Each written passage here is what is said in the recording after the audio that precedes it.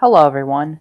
Just a slight disclaimer before watching this video is pure speculation, and is based off events from the Murder Drone pilot episode and a handful of tweets. So as always, take this video with a grain of salt. Guys, I hate to keep you all away from your weekly theory video, but I have some shoutouts to give out. Shout out to DCP and Nova Gaming for watching my previous videos all the way until the end. If you don't know, I will randomly have a secret word in my video, to which, if you were to type it down into the comments, you would get a shout out in my next video, so stay tuned until the end. But with this out of the way, let's get to the video.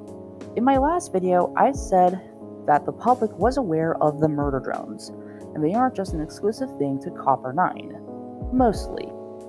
How does the public know about murder drones? How long have they existed? Well, let's find out.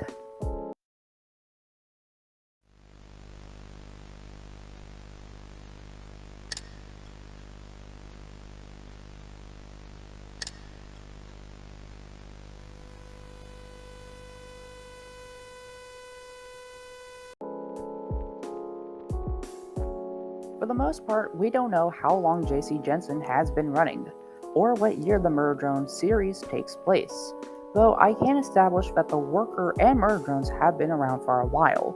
To quickly recap my last video, I established that the company used to be SC Johnson before turning into Jensen.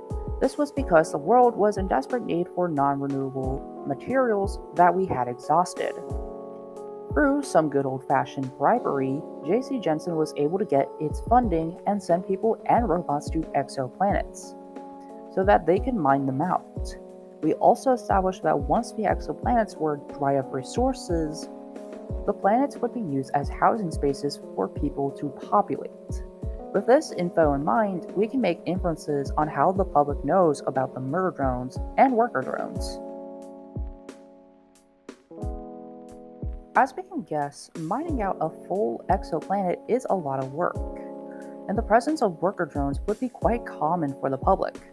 Though like all technology, it gets updated, and the worker drones we see aren't what they used to look like. Take for example, the original concept art for the worker drones. You can physically feel the difference and similarities when looking at these pictures side by side. We can see their bodies and heads are completely different, but they share the same spaghetti limbs.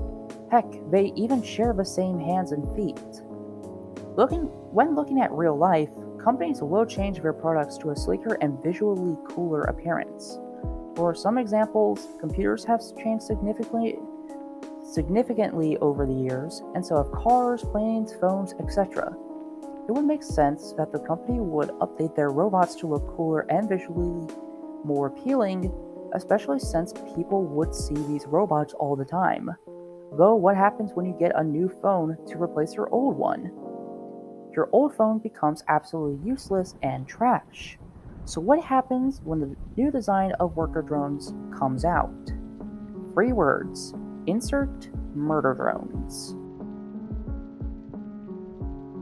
Though some products will look different and have massive changes to them, other products will have little to no change.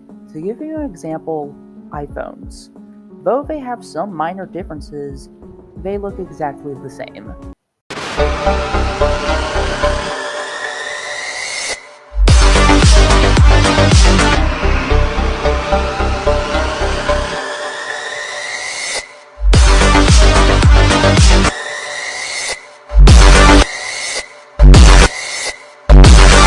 Needless to say, this is the case for the murder drones. When we look at these concept art, or as I shall dub it, Beta V, we can see only a handful of differences.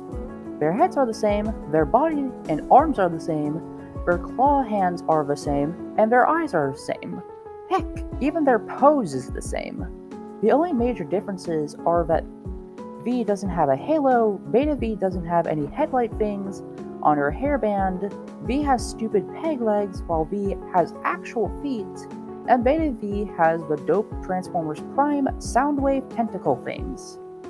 Why is this though? Well, it has to do with a point I brought up in my 6th theory video. The company reuses the murder drones and upgrades them to be more powerful, though making them more flawed. For example, the headlight/five senses would give them better advantages for hunting and killing, while their leg, feet would make them less stable and more prone to falling over. They could also upgrade them according to their environments or missions. Though I believe the reason why there is such a difference between Beta V and Modern V isn't due to their looks, but rather due to the absence of a human presence. To answer this question, yes, the murder drones were always built to kill. However, Beta V and the first murder drones were built to kill in secrecy. Remember, people would practically see worker drones all the time, to then suddenly see a robot with multiple weapons making a mess of corpses in the middle of a public area with several pedestrians and civilians watching would be traumatizing and scary. Like any company, they would want to be well received by the public, or else they would lose customers, partners, etc. So the first murder drones would have to kill in secret, which will explain a lot of the murder drone's design and instincts.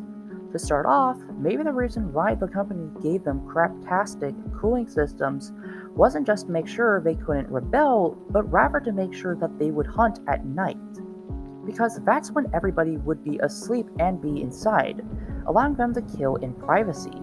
Secondly, their arms weren't built just to store multiple tools and weapons, but to also hide them.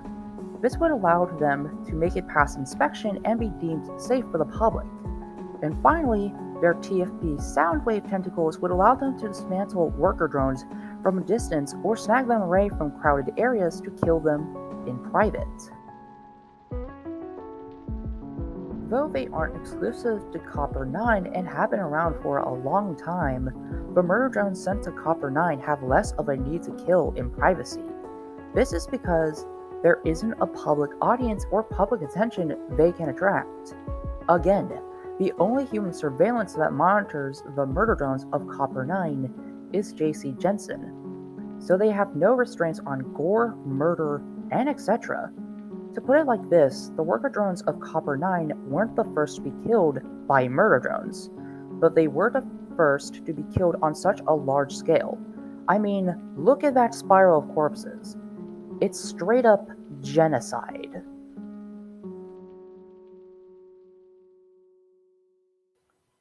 This could also explain why V acts like a psychopath and says, "And yet, I still feel nothing." Has been killing and murdering for years, so at this point it doesn't bother her at all. And with that, this concludes this week's theory and my final theory. I hope you enjoyed it. And if you made it this far into the video, the secret word of the week is #BetaV. Remember to type this down in the comments section below, as it helps to find out who you loyal viewers are. Stay tuned for more Murder Drones content next week.